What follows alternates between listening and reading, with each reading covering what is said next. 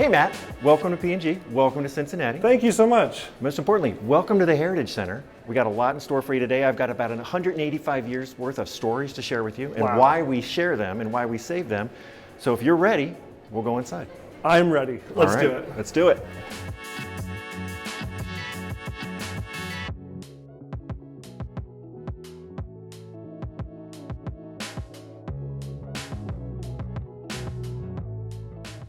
Hey everyone, Matt Pisarcik from Razor Emporium. I am so excited to be here on site at my favorite place in the whole wide world as a Gillette collector. We are at the Procter Gamble Heritage Center and Archive Department.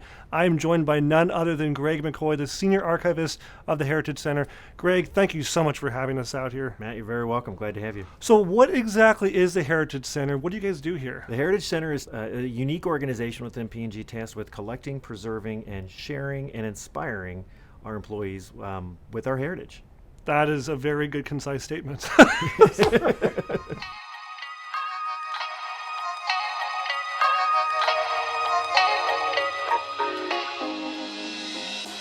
This is like walking into a museum. This is, I love all the displays. I love all the products, the boxes, the packaging, and then all the collages, all these pictures, all these stories. We do like the term Heritage Center better. Okay. Just because we're really an employee service center for heritage materials is really how we kind of think of ourselves. Okay. I have nothing against museums. I love museums. I go on vacation to museums and everything. But honestly, we really want to get as many employees into this center as possible to make sure that we're sharing with them the heritage of the company, why we've been successful for 485 years, and why we think we're going to be successful ongoing. So P&G globally has over 100,000 employees. Wow. It's essentially one department, but we're doing two separate things that are kind of conjoined and build into one another. Cool. So it's really that circle of life in terms of collecting, preserving, sharing. Collecting. I love that aspect. I know you do. I know you do. Well, show me around. Absolutely. Let's take We're a going to look. go ahead and we're going to move to the end of the floor. We'll start down there. Cool.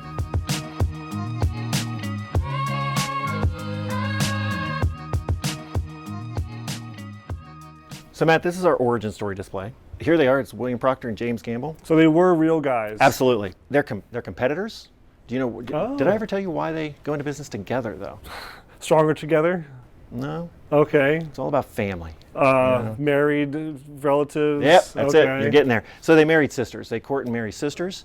1837 is an awful year to go into business. It's like going into business in 2008 or 1930. Sure. You know, I mean, the economy is just completely in the tank.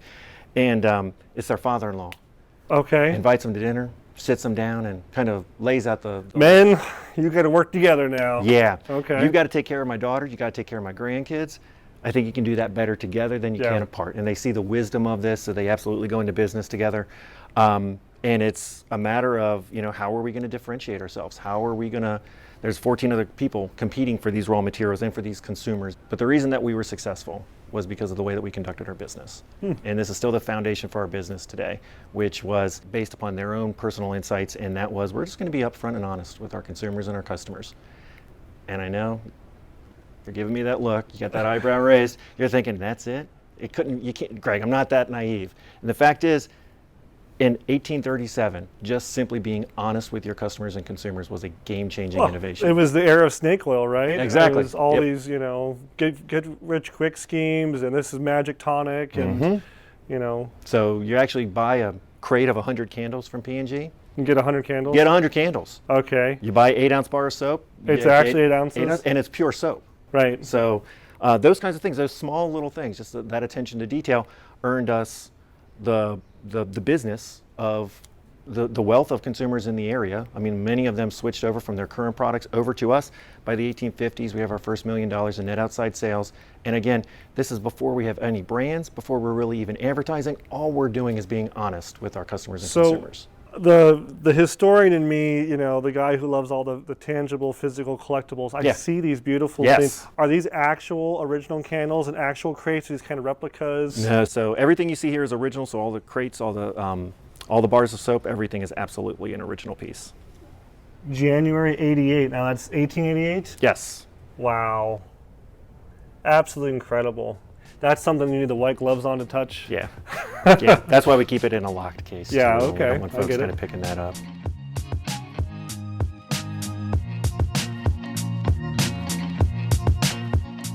So Matt, this is one of my favorite displays to talk about. This is our Principles of Innovation display. So we used to tell the story of P&G to all of our visitors in a very chronological fashion. Sure. A to B to C Yeah. to D. Problem with that is that telling it in a chronological fashion kind of puts barriers and limits Sure. on that. So what we identified and what we realized is that we had to apply thematics to all of our stories. And Okay. so we began to look at all of our stories over P&G history, whether it's Tide, Gillette, Pampers, didn't matter, Head and Shoulders. And we began to recognize that there are three themes that resonated continuously. So Okay. the three that kind of fit for us, that really kind of became a bit of a P&G kind of a secret sauce, would be remix and transformation, breaking paradigms, and unique insight. So for P&G, remix is our first principle of innovation. Okay. Now, do you know what remix is? Ow! Yeah, absolutely. That's not wrong. Remix is, combine or edit existing materials to produce something new, right? Okay. Creation requires influence. So every great idea that you've had, every innovation that you've thought of Yeah. was because you connected something Yeah. in a new and unique way, right? Yeah, absolutely. And when you do that with ideas or concepts that are completely disconnected, you got a better chance of making it a transformative innovation. You'll also be probably the only one doing that thing if you put A and B together that no one thought about before. Right, absolutely. And you mentioned music before, right? So music does this. I mean, Yeah. there's only, 12 major notes of music. Right. Nobody's going to create a 13th. Right. It's just not going to happen. But one of my favorite examples is Beethoven, the Beatles, and Beyonce. We're all using the same musical scale. Right. Yet That's right. every one of them is completely unique and different. And that's because they're remixing and combining and transforming. So Right. at P&G, we do that all the time. All right, P&G competes in 10 categories. Grooming is just one of them, but we compete in 10 categories.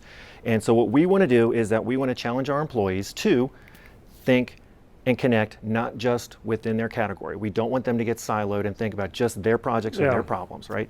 Talk They to could be missing an opportunity. That's exactly it. So talk to other folks in other functions and other categories. Understand, because you never know who's going to have the solution to your particular problem. And it right? could be something in the house that you already are working in. You're getting it. See, Okay. perfect. Great one within grooming is one of my favorites. Is actually the Lubristrip. Oh, the lubrication strip? The on lubrication. cartridges? Do you Yeah. know where that came from? Where that technology came from? I don't. I have no idea. Maybe All right. Band-Aids? No. It's actually it's a material called polyoxide, and it first appeared on Gillette on an Atra Plus in 1985. Okay. The technology, that material though, was first created in World War II by the U.S. and the U.K. navies as a way to lubricate torpedoes. To I would have never guessed that. All right, so to make them glide more easily through the water, Okay. they lubricated them with this polyoxide, right? So fast forward about 20 years, and there's a researcher in our Gillette Reading research lab, so over in the UK, and he's like, I want to see under the microscope, I want to see the hairs actually being engaged by the blades. Sure. But whenever he used a prep product like our foam, of course it's opaque, he couldn't see it. Yeah. He's like, but I didn't know there's another material. And he was aware of this polyoxide because of his veteran experience. And so he acquisitions some of that material and solves his problem in the blade. Fast forward about another 10 years. There's another fellow that also works in the lab, and he's an avid hiker. And he's going to go on this long hiking trip. Doesn't want to even bother carrying a can of foam with him to shave. He just brings polyoxide. And so he takes some of the polyoxide, he crafts it onto the cartridge of a Track 2, crude as it may be, and uses that throughout the entire trip and absolutely loves it. Comes back and says, we've got to look into this more. And Wow. that is where it actually, so you can see outside of our category, completely outside of our business, we don't make torpedoes, is actually then in 1985 is a way to provide more comfort and a better shave. That is remix, and I could just go on and on and on. We have example after example of remixing, but it's all about, creation requires influence. Make sure you're, as a P&G employee, or really anybody even watching this, don't get siloed. Don't get so focused Yes. in on what you're working on. You're missing the big picture. Absolutely. Yeah, cool. Very So, cool. Great. So we're going to go ahead and move on to our second principle of innovation. That's breaking paradigms. And I know you've seen this, better to lead change than to be a victim of it. We are the leader in pretty much all of the categories that we compete in. Tide is the #1 brand. Gillette is the #1 brand in grooming and so forth. You can go down the list. We're either the #1 or the #2. Old Spice, man. Old Spice, absolutely. Put it on this morning. Yep. Good man. And so we want to lead the change in those categories. Okay. We want to be the disruptors. And so we've got to be willing to essentially obsolete ourselves. We want to okay. obsolete ourselves before anybody else obsoletes us. Well, yeah. You're either You're going to change, or someone's going to change you out. Correct. If somebody says to that person, we've already tried that 5 times, it's never worked, we're not going to try it again. That's how innovation dies. Yeah, it dies on the vine. It dies on the vine. And this is why we have an archives, why we have a heritage center, is because we want brands. If you're new to your brand, come into the heritage center, bring your multifunctional team. We will give you all the history. We will tell you the claims, the products, the successes, and the failures. Yep. The failures, absolutely, we need to make sure that they're aware of that. If you don't learn them, you're going to repeat them. Correct. And a lot of the projects that they're working on, it's not as if they're photocopies of historical efforts, but a lot of times there's a thread Sure. from the history into their product. So I love the quote from, who was it? Mark Twain. History doesn't repeat itself, It rhymes. but it rhymes. Yeah.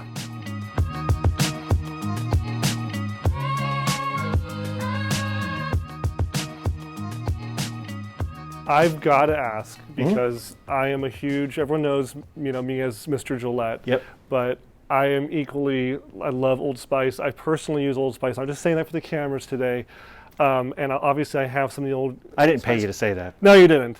The Old Spice collectibles, the old mugs, the talcum powder, Yep. The The buoy bottles. Yeah. Yep, love it all. I see this. I have to know. Tell me all about this. Right So this is on our breaking paradigms. So Okay. Old Spice, the Smell Like a Man campaign was introduced in around 2010. The paradigm that it broke was the fact that it was leveraging its own heritage to sell to a young consumer. Yes, because Old Spice started to become grandfather stuff. It's got old in the name. Oh yeah, it's this Yeah. old man. Then all of a sudden comes this guy, and he's brash, and he's young, and he's hip. Hello, ladies. Look at your man. Now back to me. Now back at your man. Now back to me. Sadly, he isn't me. But if he stopped using lady-scented body spray and switched to Old Spice, he could smell like me. The did you know that takes most people by surprise Did you know? is that it was actually started as a woman's brand. A woman's brand? No, it's the most manly brand out there. Nope.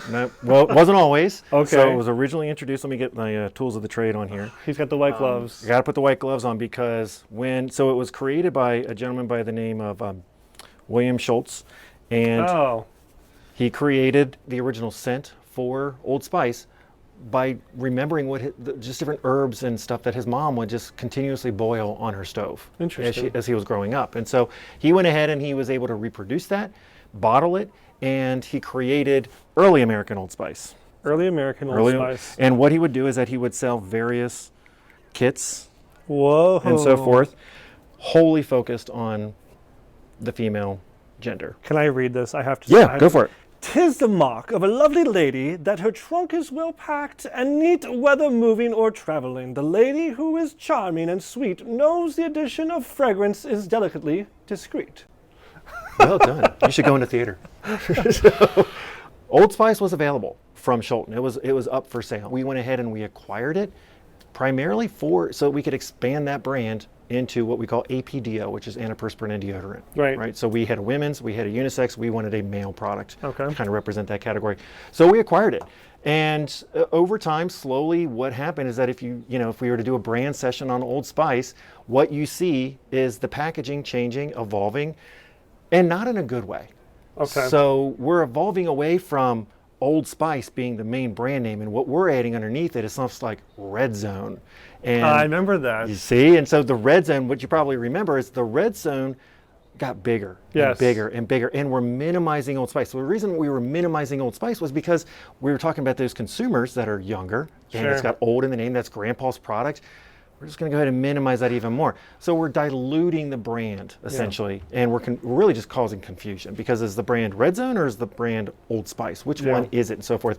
And finally, it just got to the point where we realized, you know what, we're not winning at all. The strategy is just a failure. We need to shift it up. And that's when we began to understand that we need to go back to our roots. And so what happened was that we brought in a new advertising agency.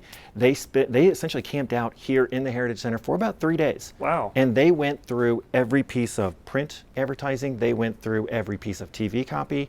They went through every public press release, brand strategy document. And what are they looking for? Looking for, little diamonds in the rough? They're looking for nuggets. What made this brand so special in the past? What really kind of made it unique? And what they found are advertisements like this. You remember like the old ship captain advertising in the 50s and everything.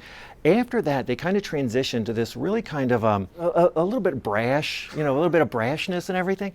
And I remember there's one particular piece of ad copy, and it says, well, that's because Sven uses Old Spice. And so, I mean, but it's totally tongue-in-cheek, total fun and everything. Yeah. So that they kind of see, they kind of catch that vibe, that, that kind of sense of what the brand is. We're not taking ourselves too seriously. If you use Old Spice, you're going to be cool like Sven. Right, but we're not taking ourselves too seriously with it, right? And they find this one then as well. And that's the one I've seen, yeah. This is the one you've seen. And this is an ad for Burley, which was a sub-brand for Old Spice. Okay. And it's Burley won't make a man out of you, but it will make the man in you smell better. Smell like a man, man. Same kind of feel. So, I mean, this story is basically a case in point of why this Heritage Center even exists. Yeah. Is to capture these stories and leverage them, maybe retell them in a new light for bringing a brand back to life. Absolutely. Basically. Well, I mean, we have a room dedicated within the Heritage Center to doing just that. There's a lot of times, though, I'll put a display up for Old Spice or Gillette or something, and you just see magic happen when these folks actually see some of their old history. Wow. And they see something, it's like, God, we're trying to do this right now. Yeah, and this is still relevant. And this is still relevant. Look at this packaging. Oh my gosh, this is a great idea for why didn't this work? Well, it didn't work because of XYZ, whatever. Yeah. But it's like, well, we can actually solve for that problem now. So that's why we save. That's why we invest. That's why we collect and we preserve. So cool. That is a story I'm so glad we were able to tell, because, I think when people have this idea that, Procter Gamble has a historical center, a heritage center, they think like, oh, they must have new old stock Fat Boys stacked up, and it's all about like a vault. It's like Scrooge McDuck with a big safe, and it's all about, keeping it, like hoarding it.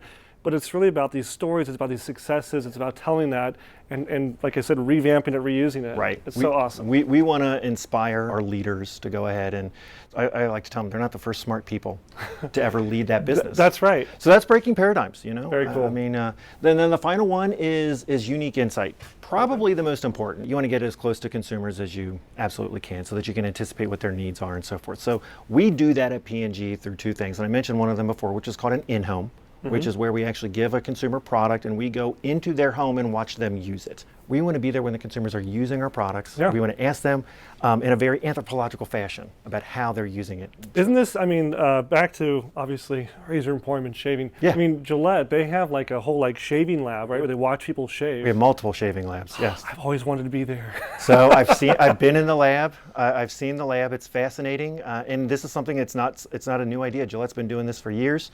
Really? We'll have employees promise not to shave. And they'll come in, and then we'll give them our newest, latest razor. It's probably it's still probably in development or something. Prototype. A prototype. Test version. We'll give that to them, and we'll be like, okay, shave it. And they're shaving in front of a two-way mirror, and we're watching them. We're counting strokes. We're doing all kinds of stuff. Wow. And then we'll ask them about it afterwards. They'll fill out a survey, all that kind of stuff. Then they'll come, and then again, it's like, okay, don't shave anymore.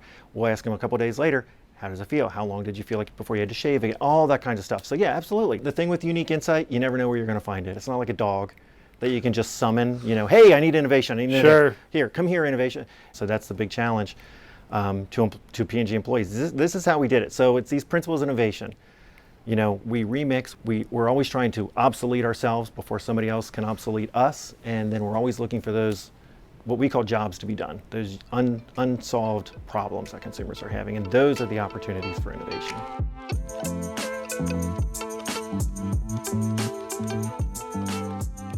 My favorite quote from our collection is from an old executive, and he's like, no company can afford the luxury of rediscovering its own prior knowledge. I love that. That's great. Right there in a nutshell. So Matt, this is our most popular display. Really? Yes, it is. So this is our wall of failures. Wall of failures. Wall of failures. So I want you to know, this is our wall of failures. P&G has a lot of failures. A lot of times people were like, you're P&G, everything you do is successful. And that's all I've heard so far is all the success. Right, and that's completely nonsense. Okay. Right? We have so much failure in our past that we had to create a display just for it, right? And so well, at least it's humble of you guys. It is humble of us. The whole point is that we want to encourage employees to learn from failure, to not be afraid to fail, right? Good. What we call it at P&G, we don't call it failure. We call it having a growth mindset, right? I like that little spin on it. Yeah, right? So having a growth mindset means that, hey, you know what? If I have an idea, I want to encourage my employees that work on my team. If they've got a great idea, then let's go ahead and put it into work in a small scale. Sure. Right? Test market. Not even a test market. I'm talking like even very limited. Consumer study. Even possibly even limited than that. I mean, if this is such a fresh, genuine idea, maybe it's just Give it to your friends. Give it to your friends. Okay. Hey, go ahead and find some other folks in the company. Find 10 people in the company and just try it out with them and everything. Okay. Really, even if they're asking for budget, what's the worst that's going to happen? We're going to lose a little bit of time and we're going to use a little bit of money. Yeah. So what? It's a little bit of time, it's a little bit of money. We're going to gain so much insight and knowledge from that, you know what? Why didn't it work? If it works, great. We might be onto something. Let's scale it up. Let's go a little bit bigger. Let's go and bigger and bigger and bigger. Every new employee that I have come into P&G that I give this tour to, I'm always like, deep, dark secret, P&G wants you to fail. Cheap and fast. This is breaking my whole mentality of what corporate America is. Yeah. Well, succeed. Yeah, I can't speak for other companies. I can only tell you about what P&G is. So in that regard, we want our employees to be willing to fail, because if they're willing to fail, it means they're willing to try. And that could lead to success. Correct. And if it doesn't lead to success, again, you fail small, you're not really out of anything. You just kind of keep on working and stuff. So our wall of failures, though, is our shrine to when we didn't fail small and big. We didn't fail cheap. So this was not giving it to your friends. This was throwing millions of dollars behind ideas and just... Some of these failures are company-altering failures, right? Obviously, my eyes are going towards one direction. I know where you're going to, and it's actually, knowing your audience, they're going to say, yes, that's obviously a huge failure. Gillette should never have gone that way and everything. And I will tell you, it's not the failure that you think it is. Tell me, right? Tell me the story. So the failure for Gillette Track 2 is that, Track 2 is all about hysteresis. This is the first double blade tandem cartridge razor. The insight here, I told you about our Reading lab, and I told you about the torpedoes and all that kinds of stuff. So we're always looking for upstream technologies, upstream ideas and everything. And this simply started with a researcher he was a new employee, asking the question, are two blades better than one? The age-old question. Right. And age-old, because we tried it before, where we're stacking blades on top of each other. Other companies have tried stacking blades on top of each other. Was always, no, one blade's enough.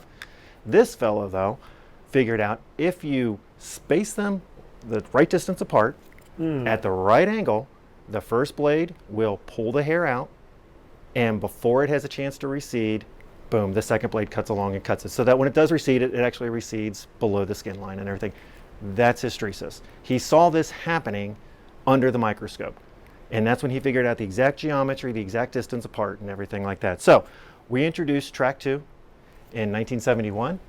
And we, in terms of breaking paradigms, I told you about our principles of innovation and breaking paradigms. Think about it this way. We completely, you got to take risks. You got to take smart risks. Yep. The smart risk here was that we are going to completely switch up our business model, because you know better than anybody else what our old business model was. Razor and blade model. Yep. So we're going to go ahead and sell them the handle, and we're going to give them the blades. Right. Yeah. We're going to go ahead and with Track 2, with the cartridge technology, we completely flip that. So we flip our business model. Now, all the technology, all the innovation is locked into the cartridge. Okay. Right? And it's the handle that we're essentially just going to go ahead and give away at cheaper prices and stuff. So we're taking our business model, breaking a paradigm, and completely flipping it over, right? Taking a huge risk. Takes the category by storm. We're getting consumers to switch over from the old handle and blade model over to Track 2. They love it. They do get to shave with reckless abandon. The failure is that, I don't know if you're old enough, but the 1970s, super high inflationary. We're talking about inflation today. These are concerns within the U.S. economy and everything. And some of the numbers that we're comparing it as doomsday are numbers from the 1970s. Yeah, 20%. So, right, exactly. So here's Gillette introducing a new technology. Track 2 was obviously a premium product. We were selling at the highest price point that we could within the category. And the failure was that we didn't offer the technology or a similar like-me technology at lower price points. Didn't have the tiered kind of method. Yeah. Okay. So we're only locking that in. And what happens is that competition sees this as an opportunity. They see consumers want this benefit. Yeah. Right? But we lock down all the intellectual property perfectly on this product. So there's no way competition could even touch it. What they can do though, and Bic is the competitor that does it in Western Europe, they create a similar looking product, disposable, with one blade. Now, put it right next to the Track 2, it looks very similar to it. Okay. And in a super inflationary time period, that was enough for consumers. I could either pay, I think it was like $5 for this product, or I could pay less than $1 for this. Well, I'm absolutely going to do it because I can't afford to put gas in my car and all this other stuff. And they're not thinking about two blades is better than one. They're saying it's $1. It looks the same. Looks looks the easy. same. I can quickly shave. Yep. It's easier than dealing with, the zip double and all edge. the double edge, all that kind of stuff. And so by ignoring that pricing structure, by not really being locked in on what a consumer needs and wants, we created an opportunity for competition to create the disposable category. And that is the failure of Track 2. So with all of these, So this is before like Good News and all of that. Yes. So we introduced Good News in 1976. As a response to Bic. As a response to Bic. Got it. Now Track 2, Good News was the first we were the only ones that could put a double edge, two blades into a disposable. So we had Good News was a 2-blade, whereas Bic was a 1-blade, but it didn't matter because the genie was out of the bottle by that point. And so that's it. So when we talk about the wall of failures, every single one of them has a lesson. And that's, again, come back to why do we have a Heritage Center? Why we want to educate, we want to inform, we want to inspire. We want to make sure that all of our employees understand this failure and why it happened, because it's a universal failure. Yeah. The lesson is never give consumers a product reason to switch to a consumer to a competitor. I got it. And it's funny because when I think of Gillette, from the double edge and the history, I always think about, and I tell my customers this, the year's 1956, and Gillette's got a $10 toggle, and they got, $5 Diplomat, they got a $1.95 Fat Boy, they got a $1 Super Speed, and a 69-cent Tech Razor. So from 69 cents to $10, they got the consumer covered. And they all have Gillette blades in them, all the same blue blades or super blue blades, whatever. But here you are just, 15 years later, and they forgot it already. And they're just coming in hot at the top of the market, and all of a sudden Bic says, "Hey, we'll be the Tech Razor." Yeah. So I mean, this is as relevant a lesson today as it was back then. I mean, we came up with that concept back. I mean, with the new and improved. Yeah. I mean, we democratized the category by dropping that price on the original style from the $5 price point down to $1 price point. That's right. So we created that model, and yet, like you said, and we forgot because they didn't have this set up then. Yes, if only they had an archivist. My boss is actually on this wall 5 times. Wow. With 5 products. So the real question is, did you learn? Did you learn, and can you take that forward and now have a success from it? Right. Got it. Right.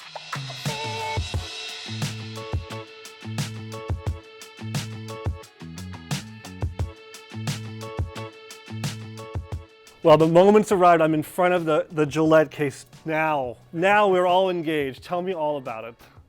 My God, where to start? I mean, really, I feel like I'm talking to a very educated audience, of course. We've been in contact since 2014. I think I just kind of called you out of the blue almost. And you did. I remember getting a phone call from you. I was like driving in my car and the phone rang and I was just like, this is Greg McCoy at Procter Gamble. I'm like, what?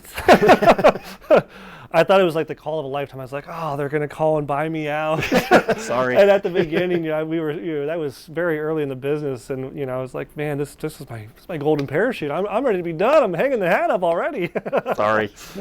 No, but instead I got the opportunity of a lifetime to come out here and work with you and, uncover boxes and learn about the history and communicate some of it and try to make sense of it. And it's been a pleasure ever since. And I'm so glad that we've been able to help shed some light on some of these old historical, milestones and some of the models and differentiators and part of the story. So, but I mean, this is the mothership. This is where it all belongs. I'm so glad that you guys are the one organizing all this, not just, people like us out there. I've seen parts of your collection. I'm envious of parts of your collection, and I wouldn't be able to do my job if I hadn't reached out to you and if we hadn't had all these many conversations over the years. That's really great to hear. Thank you.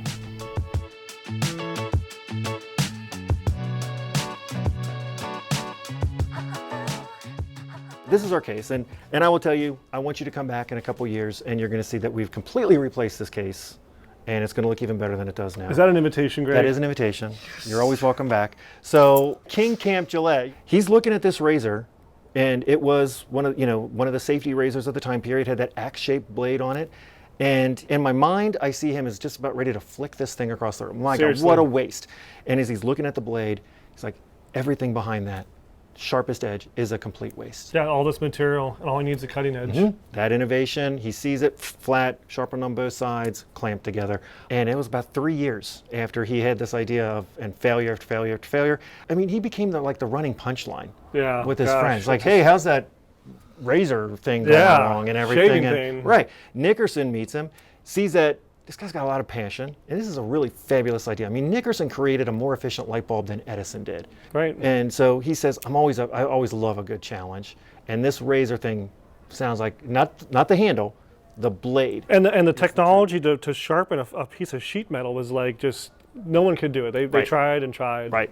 The handle is great. I mean, for a lot of times, especially folks outside of the category that maybe are not like the folks that just love, the ritual of the shave. Sure. They get so caught up in the handle, and that was intentional. Gillette wanted to create super high quality. But there was already handles. Camphy Brothers had handles. Right. The hoe handle kind of design was from 1875. The innovation's the blade. Yes. And that's often the overlooked thing. It's always about the blade and so forth. Let's pull some out. I mean, let's talk about some of the other milestones in Gillette. I think a lot of people in the double-edged world know about the khaki razors and Army.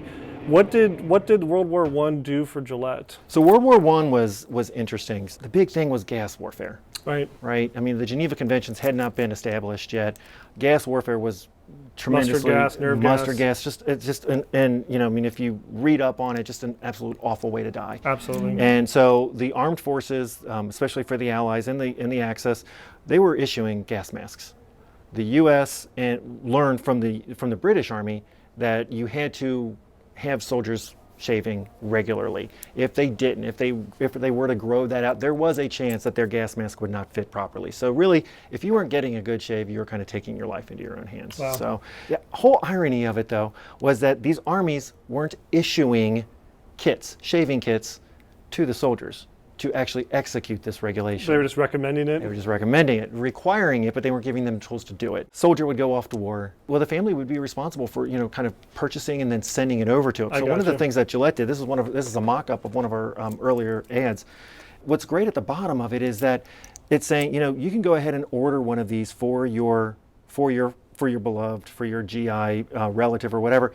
Place the order, and Gillette will actually fill that out of our Paris factory. Oh, cool. And we'll make sure that it's delivered directly to that soldier wherever they're serving along the front line and I didn't know that. So it's just, so we're making a high quality product, but we're going to make sure that they actually get it. Right. The other thing too is that the case itself, the way that it was designed, and this is all about that unique insight that we've talked about and making sure that we're as close as possible to understanding what are the problems to be solved. And so they're asking these employees, what does a soldier need in a kit? And so that's where they come up with this idea for, it's got to be small. It's got to be compact. The unbreakable mirror, the mirror had to be there. That's not something that we ever had before and so forth. So that's really the inspiration in the design and so forth.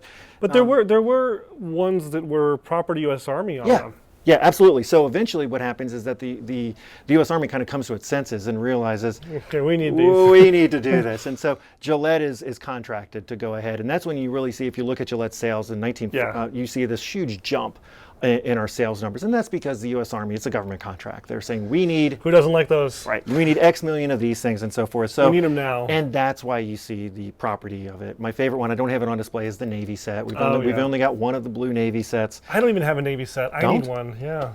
We don't sell or buy, so I'm not... Yeah, I know. I'm not I trading need to it find one. But so, yeah, the great things about these sets, though, and what I always like to share with, the story that I like to share with employees is that, yes, it was a lifesaver. You want it to be cleanly shaven so that gas mask fit right. At the same time, you never want it to be separated from your kit because there's some Gillette blade stories where the blade bank, especially fully loaded, this one out of its case, fully loaded with blades, was actually stopping bullets and stopping shrapnel. Wow.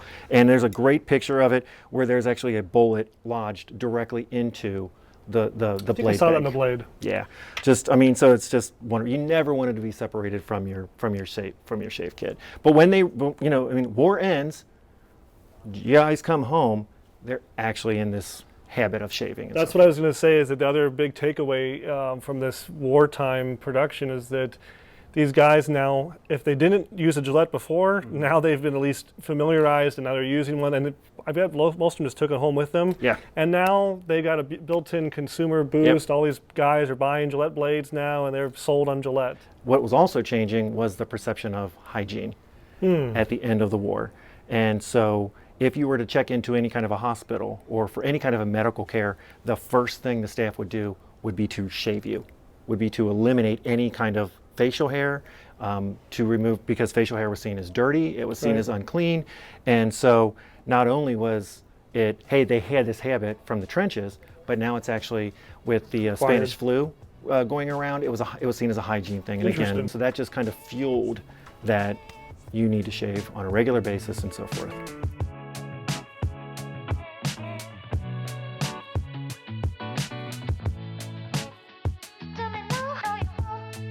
How has Gillette and the team here, pulled from the history in today's products? Sure. So it's always about how do we reconnect the history. So it's that remix. What are we going to be mixing together?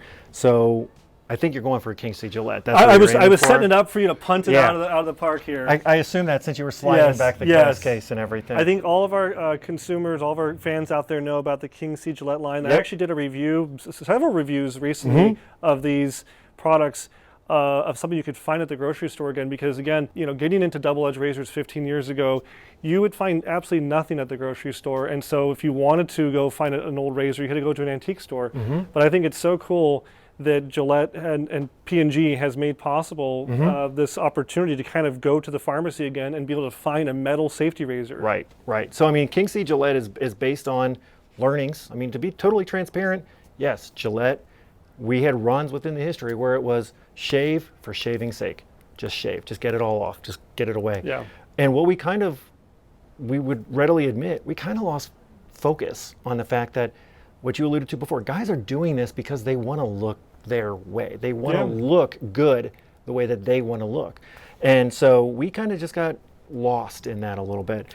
King C. Gillette is a brand that kind of recognizes, you know what, 50% of guys these days don't shave. Wow. They go ahead and they groom, and they take great pride in their beards, in their goatees, in their mustaches, and yet we didn't have a product line for it. And honestly, there was not a single product line from beginning to end where a consumer who was new to this category, who was new to this idea of, I want to grow some facial hair, but I want it to be soft, I want it to be supple, I don't want it to be irritant, I want to be able to trim it easily, I want to do all this kind of stuff, I want to keep it short, I want to keep it at the right length. There wasn't a brand that existed from beginning to end that could help them. We're also remixing the heritage because we looked at it as the brand. We're looking at these consumers and we're saying, you know what? That face looks familiar. Right. Our very founder was not fully clean shaven. He had a wonderfully manicured mustache. Right. So let's go ahead. It just seemed right to go ahead and name it after him. It's the first time we've ever named a brand directly after our founder. Okay. So that's why it's called King C. Gillette. And I have to notice the diamond logo is kind of hidden there. Yep, the diamond logo is hidden there. The monogram, the KCG monogram, you see it at the top. Yep, the monogram. And you'll also see it on the cap for the and razor. The You're going to signature. see it. You're going to see it on the various products. You see it on the handle for the trimmer, everything. These are all things, when the brand comes to me and they're like, hey, tell us about double-edged razors. We're going to launch this particular kind of product. Tell us about the history of the brand. Well, these are the things that I'm pulling out. Little Easter eggs. The Easter eggs. And I'm telling them, look, and some of this was on the 2019 Heritage Razor. Yes, right? a lot of our fans out there grabbed those. They were on like Amazon. They were like Christmas or Thanksgiving time, real kind of quick. Yep. So what was that all about? So that was the same thing. They wanted to understand, is there a market? How can we go ahead and celebrate our heritage, but at the same time, how can we kind of figure out how can we leverage the heritage and so forth? So it's aptly named Heritage Razor. It does use the bar handle. It's got a modern head on it. Then it's about what are those Easter eggs that we can go ahead and actually make this thing feel. It looked like special, the handle from feel 1930s, better. Right? And kind of big clamshell case. Yeah, the signature. So diamond logo was one of the big things. We talked about how we talked about the brand, naming it. The KCG actually comes off of folks have probably seen the pictures online of King C. Gillette's own razor sets. Yeah. And he had them, they were monogrammed. That's right. And so we use that monogram as an inspiration to create our new KCG. And I mean, the signature was right off, I mean, all the packaging, all the blades, everything always had the King C. Gillette signature on it. Absolutely. So I'll give you one guess where they got those high-res They files probably got from. them all from right here. So what you're saying is your department is the reason why this product line's on the market today. Not the whole reason. But the impetus, the story. Definitely, yes. The inspiration. Definitely a part of it, yes. So, I mean, it all starts with that consumer insight. We didn't have products to meet the needs of 50% of our consumers. Right. We need to do something about that. Yeah, because you guys were just going after someone who was going to shave it, and I don't. We were going after me. Yeah, clean shaven. I don't need to shape anything. I don't need to style anything. But let's go ahead and create a line that's specifically focused on them. So we've got the balms, we've got the oils, everything. We spent a lot of time on the perfume for this, so that it's a perfume that is enjoyable for men and for women. The old wife has to like it. Yep, the wife has to like it. And so we spent a lot of time on making finding and creating a scent that would do just that. Of course, I was so excited when I saw this product. Yeah, I know. Our consumers love this product as well. Again, something that you can pick up at Walgreens or CVS or whatever. It's a metal safety razor. It's got the traditional look. It's got the knurled handle. Yep. It's got a guard that's very easy to use. It's got quality double-edged blades in here that are nice and sharp. I've used it many times. I would be happy to pick this up if I, was at the store and I forgot my luggage at the airport or something happened. I needed to use this on the go. This is a great razor. It's a very mild razor, which is perfect for the person that is introducing themselves to this category, and that was the intent. Yeah, and I think another kind of insight of being in this double-edged razor arena and straight razors, the moment I tell people that I use a safety razor, they always say the same thing. Oh my gosh, that's so scary. Don't you worry about cutting yourself. Yeah. And I'm sure you guys heard that in your focus groups and test markets and stuff. So yeah, having a guard that's more friendly, less scary is totally the right move to go. Yeah. No, it's great. It's one of my favorite brands right now. So when I shave every morning, I'm usually choosing between 3 or 4 razors. All right. Well, I know everyone out there is wondering what is in Greg's bathroom. Is it a nickel-plated toggle? Is it a Fat Boy? What's in? Is it a Mach 3? What is it? So the general rule in archives is that you don't use the collection. You don't. So I had that same rule about my collection. yeah. So here's the thing: is that if I'm going to use something within the collection, I need to have a lot of duplicates for it because I'm not taking any of the razors that I'm not taking King Gillette's prototype out for a spin just because I have access to it, right? So what I use is that my go-to every day, and I've got 4 that I usually choose from depending on how much time, how much care, what I have planned and everything. My go-to is a Gillette Pro Glide with a signature edition handle. So it's a little bit longer. It's not the standard Fusion handle. That's my go-to. I mean, that's a 2010 era cartridge. Others would be the more recent Gillette Labs. That's kind of work. Gillette Labs with exfoliating bar. She's working her way into the lineup more and more. I do have a personal Black Beauty from the 1980s. Is it your birth year? No, I don't. I'm not worried. No, I'm not worried that much. So, but no. But I like the longer handle on that. And so yeah. So I know my adjustable settings and all that kind of stuff. Very cool. And then the other one is the King C. Gillette. It's the razor from the KCG line. Very cool. And foamy.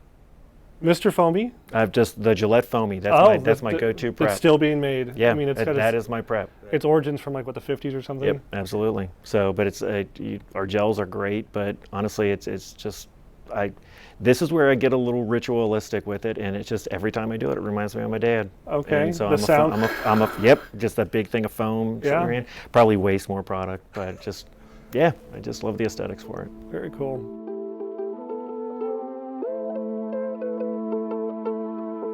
I handle a lot of different businesses for P&G. Gillette is one I haven't handled as long, but honestly, it's one I'm probably most passionate about. He's just saying it for you guys. I am not saying for the audience. But I think the audience would understand this. Is that there is something about this brand that just kind of gets you. I mean, for me, it's about my dad. It's about, walking in on him, as he's shaving in the bathroom and everything, and just being amazed at the process of what he was doing and the razors that he was using and all that kind of stuff, and not even realizing the impact that it was having on me at the time. I know, it's completely psychological. But yeah, I think there's nothing more kind of iconic in most of our consumer, head is image of grandfather shaving or dad shaving, and somehow it's just so tied into masculinity. And I think it's also one of the only opportunities men take to really primp themselves. Like, women are doing so many things, hair, nails, eyebrows, makeup, but guys, it's like, I'm gonna take a shower, I'm gonna throw something on, oh wait, I need a shave. Yeah. It's like this one moment we have to ourselves.